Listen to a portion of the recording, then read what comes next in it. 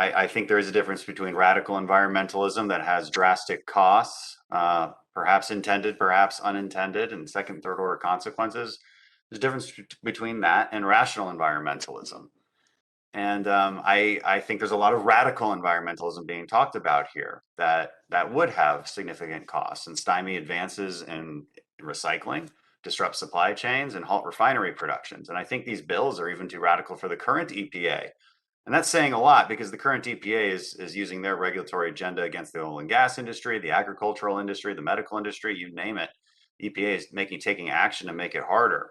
But even this EPA, Administrator Regan admonished the Clean Future Act when he was here at our committee last year, and even just a few months ago, said that he was not considering any bans on new plastic production.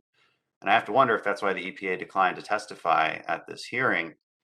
A couple concerns I have, and I'll direct this question to Mr. Seaholm. Both the Break Free from Plastic and the Clean Future Act require the EPA to institute a pause on all new and renewed plastic permits and all new or renewed plastic feedstock permits, such as ethylene and propylene. So those two products are actually byproducts of the main refined product, which is gasoline, diesel, or jet fuel. So refinery operations are created, of course, around what their main product is, maybe gasoline, but also the byproduct, which in this case is often used and sold as plastic feedstock. So if you're shutting down the byproduct, you're in effect shutting down the refinery operation.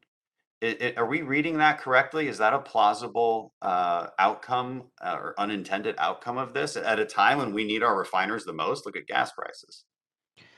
Yeah, I think there are two ways to look at that. One is simply the value of the byproduct is part of the economics that make those facilities work. So simply taking that away certainly changes the dynamics of just the viability of the facility itself. In addition, there could be a situation where you have co-location where you've got plastics manufacturing facilities co-located with refining operations, and you could find yourself in a spot where the operating permit could be denied based on the language in these bills.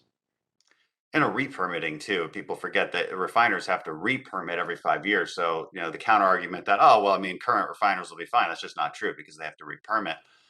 We also heard earlier, and maybe I heard it wrong, but a colleague on the other side asked one of the witnesses if the EPA could distinguish between the plastics they like and they don't like during these bans, a single-use bottle versus a medical device.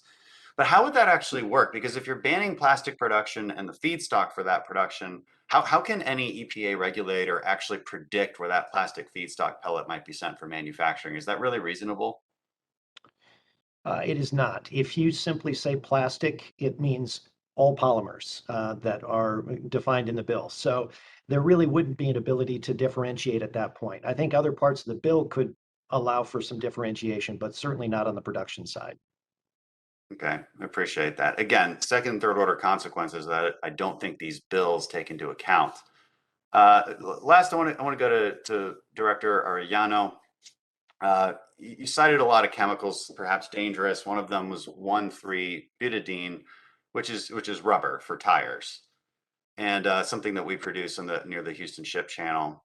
You cited a study though that I want to clarify because you said that this particular chemical 1,3-butadiene is associated with risk of cancer in children. However, the study that you provided us actually says the opposite. It says there is no statistically significant link between 1,3-butadiene and childhood cancer. Now, there is with benzene, which has long been established by many studies and the CDC, but the CDC pinpoints that to secondhand smoke as really the cause of childhood cancer. So is there a different study that you want to submit for the record to clarify this?